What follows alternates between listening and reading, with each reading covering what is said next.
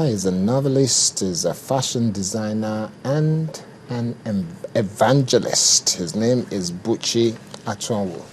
It's great to have you here. Good to be here. Great to have you here. We play your music from time to time, and it's one that is inspirational, and it's good to get to listen.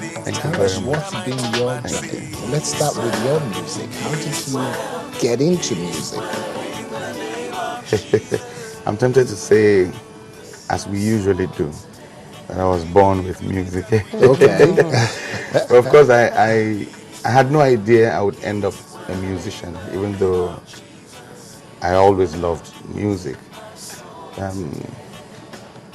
But I went into the academics, teaching in the University of Lagos, Department of English, alongside a doctorate program, until music came calling. And I moved. When did music come calling? Did it knock on the door of your bedroom? Like, seriously, you left lecturing and you went after music in... You did that? That's right. Okay. That's right. Looked like I did something absurd. No, you did something, that is not common, Well, I followed my heart. Most of all, I followed God. I followed a calling. I had to do it at the time that I did it. And I'm glad I did.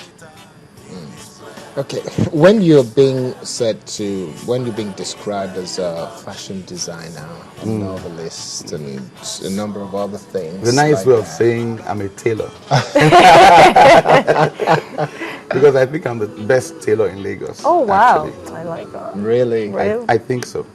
I think I'm the best tailor in Lagos. Okay. I'm making something. So leave that thing alone. Yeah. Leave that thing alone. So and now in terms of writing though, what kind of things do you write? What kind of stories? Fiction, scriptural? Fiction, non-fiction, novels, that is, poetry. Yeah. These songs that I ended up releasing were poems that I wrote much earlier. But people don't read that much any longer. More so poetry. In my quest to reach people, I began to sing my poems. Yes, and that's how these songs came about. It is well, what a mighty God, Jesus must be honored, and the rest of them. Are you planning to publish any of the things you've written? Oh, I have published Behind the Songs. That was my first publication. A novel or a collection of poems? A collection of poems, an anthology actually, yes, with other write-ups, prose write-ups on the inspiration behind the songs, the experiences that manured these songs that I wrote. And I've also published Ceasefire, which is a novel based on the campus cultism, the confraternities on campus. Ceasefire was my second publication. Yes. Why did you write that? Did you write it from the point of experience, or it was just fiction? Another nice way of asking me if I was in the cult. And yes, I was. And so I wrote my Yes, you were what? You were in the cult? On campus. Yes. On campus. Which of them do you want to say?